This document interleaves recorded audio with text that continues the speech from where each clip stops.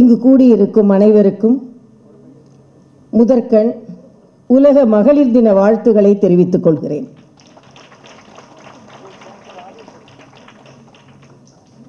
அடுத்து சிவராத்திரி வாழ்த்துக்களையும் தெரிவித்துக் கொள்கிறேன்.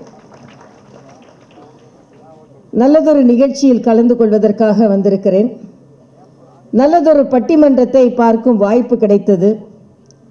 எங்களது அதிகாரிகள் உள்ளே நுழையும் பொழுதே இதை எவ்வளவு விரைவாக முடிக்க முடியுமோ அவ்வளவு விரைவாக முடியுங்கள் என்று கணேஷிடம் சொன்னார்கள். கணேஷ் என்னிடம் வந்து கேட்கும் பொழுது நான் சொன்னேன், பரவாயில்லை, கொஞ்சம் பார்க்கிறேன் என்று சொன்னேன், கேட்கிறேன் என்று சொன்னேன். ஏனென்றால் எவ்வளவோ அழுத்தமான பணிகளுக்கு நடுவில் கொஞ்சம் சிரிப்பதற்கு வாய்ப்பை ஏற்படுத்தி தந்தமைக்கு எனது வாழ்த்துக்களையும் நன்றியும் நான் தெரிவித்துக் கொள்கிறேன். ஆர்த்தி கணேஷ் என்றாலே சிரிப்பு தானே. ஆக அப்படிப்பட்ட ஒரு சூழ்நிலை. ஏனென்றால் ஒரு முறை எனது தந்தை ஒரு முறை சொன்னார்கள், கடுமையான பணியில் நான் சென்று கொண்டிருக்கும் பொழுது இதே மியூசிக் அகாடமியில் ஒரு தவில் நாதஸ்வரம் நிகழ்ச்சி நடந்து கொண்டிருந்தது. சுமார் 40 வருடங்களுக்கு முன்னால் வந்து அமர்ந்தேன். அப்பொழுது அரசியல் ரீதியாக மனம் கனத்து கொண்டிருந்தது. வந்து உட்கார்ந்த உடனே சண்முக சுந்தரம் அவர்களின் நாதஸ்வரம், விநாயகம் அவர்களின் தவிலை அவர் அடிக்கிறார், இவர் நாதஸ்வரம் ஊதுகிறார். எனக்கு எப்படி தோன்றியது என்றால், என் மனதில் உள்ள பாரத்தை எல்லாம் அவர் தவிலில் அடித்து உடைப்பது போலவும் இவர் நாதஸ்வரத்தில் ஊதி தள்ளுவது போலவும் தோன்றியது. அங்கே வந்து உட்கார்ந்த பின்பு இதை பார்த்த பின்பு மனது இலகுவாகிவிட்டது என்று.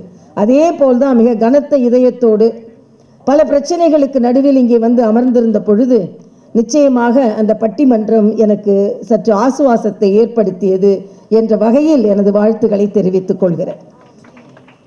ஆனால் என் அதிகாரிகளுக்கு சற்று அழுத்தத்தை கொடுத்தது என்றும் நான் நினைக்கிறேன். ஏனென்றால் கவர்னருக்கு ஒரு நிகழ்ச்சிக்கு வந்தால் 45 நிமிடங்கள் என்பது ஒரு கணக்கு இருக்கிறது. ஆனால் நான் எப்பொழுதுமே கவர்னராக ஒரு நிகழ்ச்சிக்கு வருவதில்லை, அக்காவாகத்தான் வருகிறேன். அதனால் இந்த கட்டுப்பாடுகள் எல்லாம் என்னை கொஞ்சம் கட்டுப்படுத்தாது என்பதையும் நான் இங்கே தெரிவித்துக் கொள்கிறேன். இங்கே இந்த நிகழ்ச்சிக்கு வந்திருக்கும் மிக பெரியவர்கள் எல்லாம் அமர்ந்திருக்கிறீர்கள். எல்லோரின் உண்மையிலேயே வாழ்த்துக்களையும் நான் சொல்லியாக வேண்டும். மரியாதைக்குரிய மிஸ்ஸஸ் வனிதா அவர்கள் அருகிலேயே இருந்தார்கள். என்னை பல நாள் பார்க்க வேண்டும் என்று நினைத்து கொண்டிருந்தேன் என்று சொன்னார்கள். உண்மையிலே அவர்களுக்கு எனது வாழ்த்துக்களை தெரிவித்துக் கொள்கிறேன். மிஸ்ஸஸ் விமலா அவர்கள், ஹானரபிள் ஜஸ்டிஸ், அவர்களுக்கும் எனது வணக்கத்தை நான் தெரிவித்துக் கொள்கிறேன். டாக்டர் தீபிகா விஜயகுமார் அவர்கள், அவர்களுக்கும் எனது வணக்கம். டாக்டர் ரெஜினா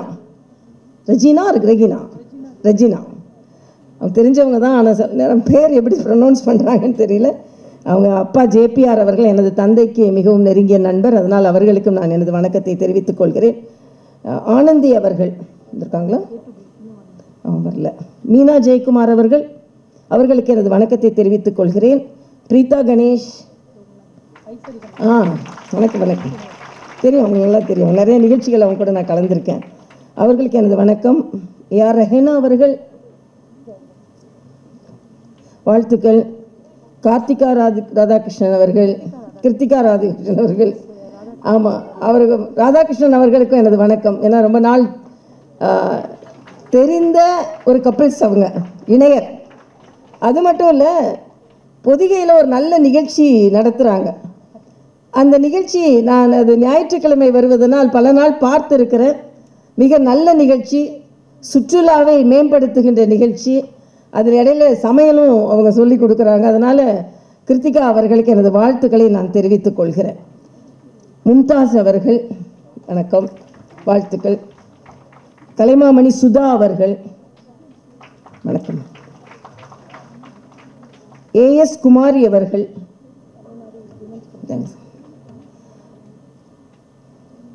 பாவனி ரெட்டி அவர்கள் அதற்காங்க. டாக்டர் ஸ்ரீ அவர்கள், எல்லாவற்றிற்கும் மேலாக ஆர்த்தி கணேஷுக்கு எனது வணக்கங்கள். உங்கள் அனைவருக்கும், பட்டிமன்ற பேச்சாளர்கள் அனைவருக்கும் எனது வணக்கம். நேரம் அதிகமாகி கொண்டிருக்கிறது. ஆனால் ஒரு பிரச்சனை, இன்னைக்கு நான் கொஞ்சம் ஆசுவாசமாக இருந்ததுக்கு காரணம் இன்னைக்கு சிவராத்திரி. அதனால் நம்ம கோயில் எதுவும் மூட மாட்டாங்க. நான் இங்கே வந்துட்டு கோயிலுக்கு போகணும், அப்புறம் ஒரு பூஜைக்கு போகணும், இந்த நிகழ்ச்சிகளுக்கெல்லாம் போகணும். ஆனால் கோல்டன் சன்ரைஸ் பொன்னான விடியல். ரொம்ப நல்ல பேர். அதனால் உங்கள் அனைவருக்கும் எனது வாழ்த்துக்கள். ஒன்றை மட்டும் சில விடயங்கள் மட்டும் சொல்லிட்டு, ஏன்னா ரொம்ப நேரமாக பட்டிமன்றத்துக்கு அமர்ந்திருக்கிறீர்கள். என்னை பொறுத்த மட்டில் இந்த தலைப்பே ஒரு நல்ல தலைப்பு தான். ஏன்னா இணையதளங்கள் உங்களுக்கு இடைஞ்சலா இல்லை என்றால் ஏற்புடையதாக இருக்கிறதா என்பது. பெண்கள் என்றாலே இங்கே பல பெண்கள் அமர்ந்திருக்கிறார்கள். அவர்களெல்லாம் இந்த முன்வரிசையில் அமர்ந்திருக்கிறார்கள் என்றால் சாதாரணம் அல்ல, கடுமையான உழைத்து முன்னேறி இந்த முன்வரிசையில் அமர்ந்திருக்கிறார்கள். அதனால் பெண்கள் என்றாலே உழைப்பவர்கள், உழைத்த பின்பு பிழைப்பவர்கள் என்பதை இங்கே உணர்த்தி கொண்டிருக்கிறார்கள். அதனால் அவர்களுக்கு முதலில் எனது மகளிர் தின வாழ்த்துக்களை நான் தெரிவித்துக் கொள்கிறேன். அதே நேரத்தில் எவ்வளவு உயரத்தில் இருந்தாலும் எப்பொழுதுமே பெண்கள் என்றால் தடைக்கற்கள் இருக்கத்தான் செய்யும் என்பதை ஆளுநரான பின்பும் நான் இங்கே சொல்லித்தான் ஆக வேண்டும். ஏனென்றால் அரசியல் என்பது ஆண்களின் உலகம்தான், அதிகாரம் என்பதும் ஆண்களின் உலகம்தான். ஆனால் ராதாகிருஷ்ணன் போன்றவர்கள் கோபித்துக் கொள்ளக்கூடாது. நான் அடிக்கடி சொல்வது ஒன்று, பெண்கள் ஆர் குட் அட்மினிஸ்ட்ரேட்டர்ஸ். ஏனென்றால் பெண்கள் can manage both men and women, men cannot manage all women. So administrators நல்ல அதனால தான் 2 மாநிலங்களில் நான் ஒரு ஆளுமையோடு இருக்கிறேன் என்றால் அதற்கு நமக்கு கிடைத்திருக்கின்ற பல சிக்கல்களை தாண்டி வந்ததனால தான். இங்கே இணையதளத்தை பற்றி சொன்னார்கள். இணையதளம் பல பேரை பரிகசிக்கிறதா என்றால் இதில் அதிகமாக பரிகசிக்கப்பட்ட ஒருவரில் நான் ஒருவன். இணையதளம் தான் என்னை வளர்த்ததுன்னு கூட சொல்லலாம். ஏனென்றால் ஒரு பந்து அடிக்க அடிக்க அடிக்க மேலெழும்பியதை போல அடிக்க அடிக்க அடிக்க மேலெழும்பியவள் நான். அடிக்கடி நான் சொல்வதுண்டு, என்னை நல்லா பேசக்கூடியவள் நான், நல்ல ஒரு பிரபல அரசியல்வாதியின் மகளாக இருந்தாலும் நான் வாரிசு அரசியல் இல்லை, நான் வாரிசு அரசியல் இல்லாத ஒரு வாரிசு. ஆக நேரடியாக தந்தையிடம் இருந்து கற்றுக்கொண்டதை, ஆனால் வேறு கட்சியிடம் சென்று நான் இணைந்தது. ஆனால் அதே நேரத்தில் இந்த பெண்கள் என்றாலே அவர்கள் பல சங்கடங்களை தாங்கித்தான் வர வேண்டும் என்பதற்கு பல உதாரணங்கள் இருக்கிறது. ஏனென்றால் இங்கே இணையதளம் என்று பார்க்கும் பொழுது எனக்கு எனது எண்ணங்கள் பின்னோக்கி சென்றன. ஒரு பேட்டி கொடுத்து விட்டு வந்தோம் என்றால் அதில் மோகனசுந்தரம் கூட சொன்னார், இதை கட் பண்ணி போடுவாங்க அப்படின்னு சொல்லிட்டு.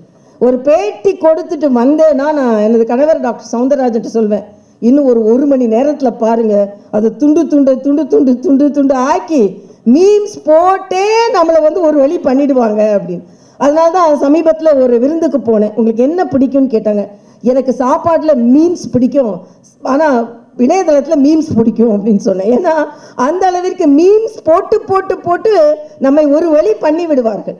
ஆனால் அதே நேரத்தில் பெண்களிடம் நான் சொல்வது ஒன்றே தான், வேகமாக நடந்து வருவார்கள். ஆனால் இதை போல சவால்கள் வந்தவுடனே அவர்கள் திரும்பி விடுவார்கள்.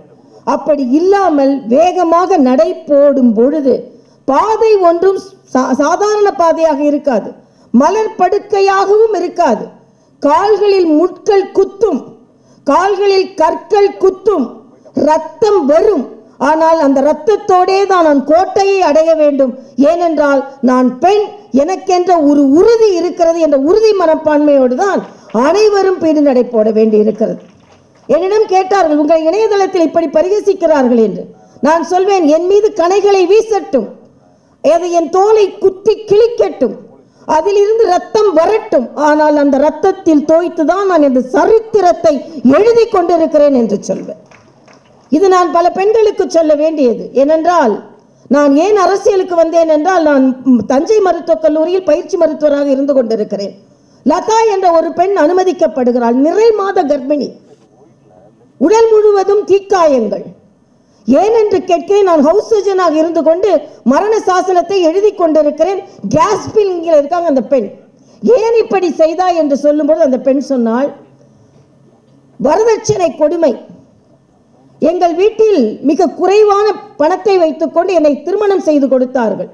எங்கள் மாமியார் சொன்னார்கள், குழந்தை நீ உங்கள் அப்பா வீட்டில் கொண்டு விடும் பொழுது குழந்தைக்கு செயின், கம்மல், அரஞ்சாங்கொடி, கொலுசு எல்லாம் போட்டு விட்டுத்தான் கொண்டு கொடுக்க வேண்டும் என்று சொன்னார்கள். எங்க அப்பா எனது திருமணத்திற்கு வாங்கிய கடனையே இன்னும் அடைக்கவில்லை. என் குழந்தைக்கு எப்படி இதையெல்லாம் போடுவார்கள் என்று நினைத்தேன்.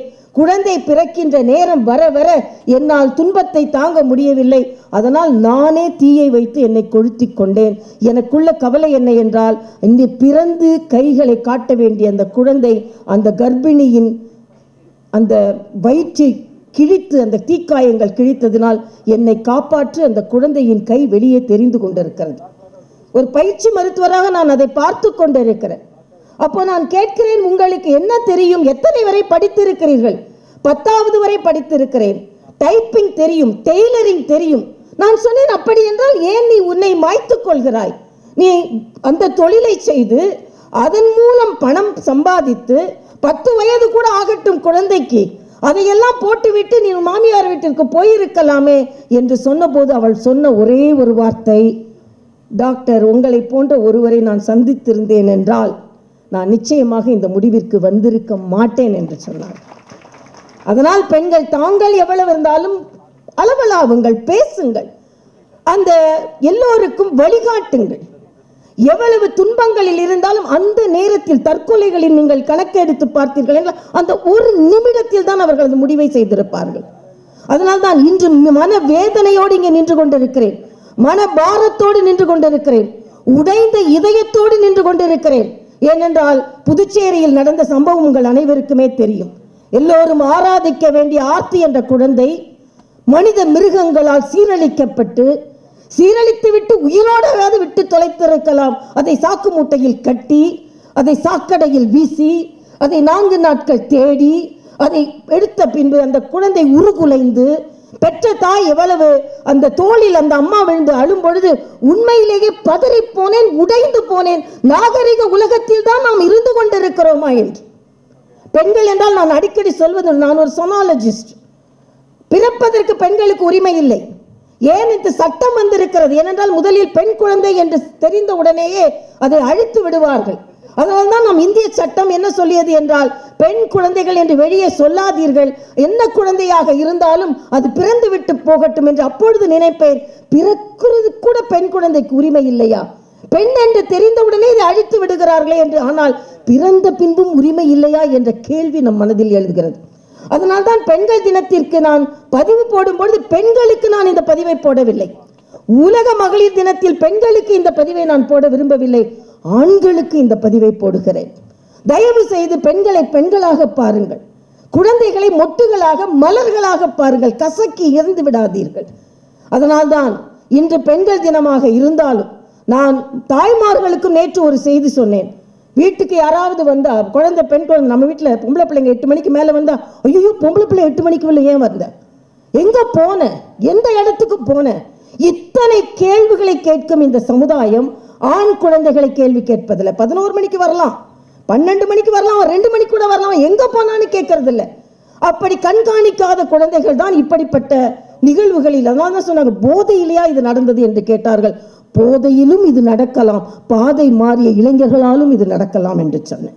அதனால்தான் தாய்மார்கள் பெண் குழந்தைகளை கண்காணித்து வளர்ப்பதை போல ஆண் குழந்தைகளையும் கண்காணித்து வளருங்கள். அடிக்கடி ஒன்று சொல்வதுண்டு, கண்டித்து வளர்ப்பதை விட கண்காணித்து வளருங்கள். சுமார் 40 ஆண்டுகளுக்கு முன்னால் 5 மணி ஆனால் நாங்களெல்லாம் பள்ளியிலிருந்து ஓடி வருவோம். ஏனென்றால் எனது தந்தை ஒரு பிரபலமான அரசியல்வாதி, வீட்டை அவ்வளவாக பார்க்க மாட்டார்கள். 5 குழந்தைகளை வளர்க்கும் என் தாய் 4 பெண் குழந்தைகள். 5 மணிக்கு வரவில்லை என்றால் பதறி போய் வெளியே நிற்பார்கள். நாங்கள் பள்ளியிலிருந்து ஓடி வருவோம். அப்போ நாங்கள் கேட்போம்மா, எங்கள் மேலே நம்பிக்கை இல்லையா, ஏன் 5 மணிக்கு வரணும்னு சொல்றீங்க? எங்கள் அம்மா சொல்லுவாங்க, எனக்கு உங்கள் மீது நம்பிக்கை இருக்கிறது, ஆனால் இந்த சமுதாயத்தின் மீது எனக்கு நம்பிக்கை இல்லை. 40 ஆண்டுகளுக்கு முன்னால் கேட்ட அதே குரல் இன்றும் கேட்க இருக்கிறதே என்பதுதான் மனவேதனை. எவ்வளவு விஞ்ஞான மேம்பாடுகள், எவ்வளவு முன்னேற்றங்கள், அதற்கு பின்பும் ஒரு பெண் குழந்தையால் இன்று நடமாட முடியவில்லை என்றால் நாமெல்லாம் எதற்கு மகளிர் தினத்தை கொண்டாடி கொண்டிருக்கிறோம் என்று எனக்கு தெரியவில்லை. அதனால் இன்று இந்த சமுதாயம் எத்தனையோ சட்டங்கள் என்னிடம் கேட்டார்கள். நான் கூட அங்கே போகும்போது எனக்கு எதிர்த்து கூட குரல் கொடுத்தார்கள். ஆனால் அதை பற்றி நான் கவலைப்படவில்லை. உடனே என்னிடம் பத்திரிகை நிருபர்கள் வந்து கேட்டார்கள், இவ்வளவு பேர் எதிர்த்து குரல் கொடுக்கிறார்கள், போராடுகிறார்கள், நீங்கள் ஆட்சியாளர்கள் வகையில் நடந்து சென்று கொண்டிருக்கிறீர்களே, உங்களை எதிர்த்து குரல் கொடுக்கிறார்களே என்று சொன்ன போது நான் சொன்னேன், நான் அந்த சூழ்நிலையில் இருந்தாலும் எதிர்த்து குரல் கொடுத்துத்தான் இருந்திருப்பேன். நான் அங்கே இருந்தாலும் போராட்டம் நடத்தித்தான் இருந்திருப்பேன். அதனால் நான் அவர்களை குறை சொல்லவில்லை. 1000 தாய்மார்களை கடந்து செல்ல வேண்டிய ஒரு சூழ்நிலை. அதனால் இன்றைய சூழ்நிலையில் பெண்களை பாதுகாப்பாக வளர்ப்பதைப் போல ஆண் குழந்தைகளையும் கண்டித்து வளர்க்க வேண்டும். பெண்கள் இந்த நாட்டில் முன்னேற்றம் அடைந்தே ஆக வேண்டும். ஆனால் அதே நேரத்தில் அவர்கள் படும் துன்பம் என்பது நிச்சயமாக யாராலும் எதிர்கொள்ள முடியாத ஒன்று.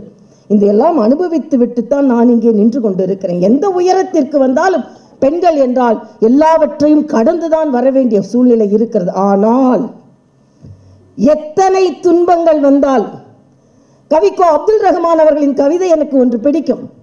வேலிக்கு வெளியே தலையை நீட்டும் கிளைகளை வெட்டும் தோட்டக்காரனே, பூமிக்கு அடியை நழுவும் எனது வேர்களை நீ என்ன செய்ய முடியும்? ஒரு பெண் வளர்கிறாள், ஒரு மரம் வளர்கிறது என்றால் தோட்டக்காரனுக்கு பிடிக்காது. அதே போல ஒரு பெண் வளர்கிறாள் என்றால் இந்த சமுதாயத்திற்கு பிடிக்காது. தோட்டக்காரன் எப்படி கிளைகளை வெட்டுகிறானோ அதே போல இந்த சமுதாயம் அந்த பெண்ணின் வளர்ச்சியை தடுக்கும். ஆனால் அந்த மரம் பாடுவதைப் போல நீ கிளைகளை வெட்டலாம், கிளைகளை நாசப்படுத்தலாம், கிளைகளை ஒட்ட வெட்டலாம், ஆனால் பூமிக்கு அடியே நழுவும் எனது வேர்களை நீ வெட்ட முடியாதல்லவா? ஆக நாங்கள் வேர்களாக ஆழ பதிந்து வளர்கிறோம். மரமாக வளருவோம், நிழல் தருவோம், பழம் தருவோம், மலர்கள் தருவோம். உங்களால் ஒன்றும் செய்ய முடியாது என்ற மனநிலை பெண்களுக்கு இருக்க வேண்டும். ஒரு சாதாரண கவிஞர் ஒரு புத்தகத்தில் எழுதியிருந்தார், ஒரு பெண் கவிஞர். இன்று மகளிர் தினம் கொண்டாடுவீர்களா என்று பெண் கவிஞரிடம் கேட்கிறார்கள். நான் லதா என்ற பெண்ணை பார்த்ததை போல அப்பொழுது ஒரு தற்கொலையை பார்த்துவிட்டு அந்த பெண் வந்திருக்கிறார், அந்த பெண் கவிஞர் வந்திருக்கிறார். உடனே அவரிடம் கேட்கிறார்கள், இன்று 8ஆம் நாள் தினம் மார்ச் 8 நீங்கள் பெண்கள் தினத்தை கொண்டாடுகிறீர்களா என்று கேட்கும்பொழுது அந்த பெண் கவிஞர் சொல்ல, கொண்டாட போவதில்லை. எல்லோரும் ஆச்சரியமாக கேட்கிறார்கள், கொண்டாட போவதில்லையா? ஆம், கொண்டாட போவதில்லை. அணைத்த பிறகும் கருகி கொண்டிருக்கும் விளக்கின் திரி போல் கருகி கொண்டிருக்கிறது வேதனை நெருப்பு. அணைச்ச பின்பு சில கருகி சத்தம், அந்த எண்ணம், அந்த வாசம் வரும். அணைத்த பின்பும் கருகி கொண்டிருக்கும் விளக்கின் திரி போல் எரிந்து கொண்டிருக்கிறது வேதனை நெருப்பு. மதியினால் எரிகிறாய், விதியினால் எரிகிறாய், தீயினால் எரிகிறாய். அடுப்பில் வைத்த பால் பொங்குகிறது, நீ பொங்குவது எப்போது? காய்ச்சிய பாலில் ஊற்றிய ஒரு சொட்டு மோர் தயிராக மாறுவது, நீ மாறுவது எப்போது? தாயாய், தங்காயாய், தாரமாய், தெய்வமாய் அடையாளப்படுத்தப்பட்டவளே, நீ மனுஷியாவது எப்போது? அப்பை உன்னை கொண்டாடுகிறேன் அப்போது என்று சொல்கிறார். தெய்வமாக இருக்கலாம், தாயாக இருக்கலாம், ஆனால் மனுஷியாக, துணிச்சலான மனுஷியாக பீடு நடை போடும் பொழுதுதான் ஒரு பெண்ணுக்கு மரியாதை கிடைக்கிறது. அப்போதுதான் அவள் கொண்டாடப்படுகிறாள் என்பதை நாம் எல்லாம் உணர வேண்டும். ஆக இந்த சமுதாயம் நமக்கானது அல்ல, ஆனால் நமக்கானதாகத்தான் அதை மாற்றிக்கொண்டிருக்கும் ஒவ்வொரு பெண்ணையும் நான் இங்கே பார்க்கிறேன். ஒவ்வொருவரும் இங்கே கிரீடத்தை கொண்டு வைத்தார்கள். நான் அடிக்கடி ஒன்று சொல்லுவேன், தலைக்கு ஒரு கிரீடம் தான் எதற்கு? தலையே கிரீடம் தான் எனக்கு தேவையில்லை. கிரீடங்கள் பெண்களுக்கு தேவையில்லை, ஏனென்றால் இந்த தலையே கிரீடம் தான். ஆக எப்படிப்பட்ட சூழ்நிலையிலும் அஞ்சாது, தயங்காது, துணிச்சலோடு பீடு நடை போட வேண்டிய சூழ்நிலையில் இன்று பெண்கள் இருக்கிறோம். ஆனால் எத்தனை தடைகள் வந்தால், சிநேகிதி இதழில் ஒரு தொடர் எழுதுகிறேன். அப்பொழுது அவர்கள் கேட்டார்கள், என்ன பெயர் வைக்கலாம் அந்த தொடருக்கு என்று கேட்டார்கள். பல பெயர்களை அவர்கள் கொடுத்தார்கள். தடைகளை தாண்டி என்று ஒரு பெயர் வைக்கலாமா என்று கேட்டார்கள். நான் சொன்னேன், இல்லை, தடைகளை தாண்டி என்று பெயர் வைக்க முடியாது என்று சொன்னேன். உடனே, ஏன் டாக்டர் தடைகளை தாண்டவில்லையா என்று சொன்னார். நான் சொன்னேன், தடைகளை தகர்த்த தலைமை என்று வையுங்கள் என்று சொன்னேன். தாண்டினால் கூட அந்த தடை அங்கே இருக்கும், தகர்த்து எறிந்து விட்டுத்தான் முன்னே செல்ல வேண்டும் என்று சொன்னேன். ஆக நாமெல்லாம் தடைகளை தகர்த்து இன்று எந்த சூழ்நிலை வந்தாலும், பாரதி சொன்னானே, நிமிர்ந்த நன்னடை, நேர்கொண்ட பார்வை, நிலத்தில் யாருக்கும் அஞ்சாத ஞான செருக்கு. ஆமாம், செருக்கு இருக்கிறது, கல்வி இருக்கிறது, என்னிடம் திறமை இருக்கிறது. பாரதி சொன்னானே, ஞான செருக்கு இருக்கிறது. அதனால் நிலத்தில் யாருக்கும் அஞ்சாத ஞான செருக்கு. இந்த ஞான செருக்கோட ஒவ்வொரு பெண்ணும் பீடு நடை போட வேண்டும். ஏனென்றால் இன்று நாம் எந்த சூழ்நிலையில் இருந்து கொண்டிருக்கிறோம்? பாதகம் செய்பவரை கண்டால் பயங்கொள்ளலாகாது பாப்பா. மோதி மிதித்து விடு பாப்பா, முகத்தில் உமிழ்ந்து விடு பாப்பா என்ற பாடலை ஒவ்வொரு பெண் குழந்தைக்கும் சொல்லிக் கொடுங்கள். ஆர்த்திக்கும் சொல்லிக் கொடுத்திருக்க வேண்டும். ஏனென்றால் என் பாரதி சொன்னதை போல பெண் உரிமையை யாரும் பாடியதில்லை. ஆக பாரதி சொன்னதை போல நிமிர்ந்த நன்னடை, நேர்கொண்ட பார்வை, நிலத்தில் யாருக்கும் அஞ்சாத ஞான செருக்கோடு வாழ்வோம். வாழ்த்துக்கள். நன்றி.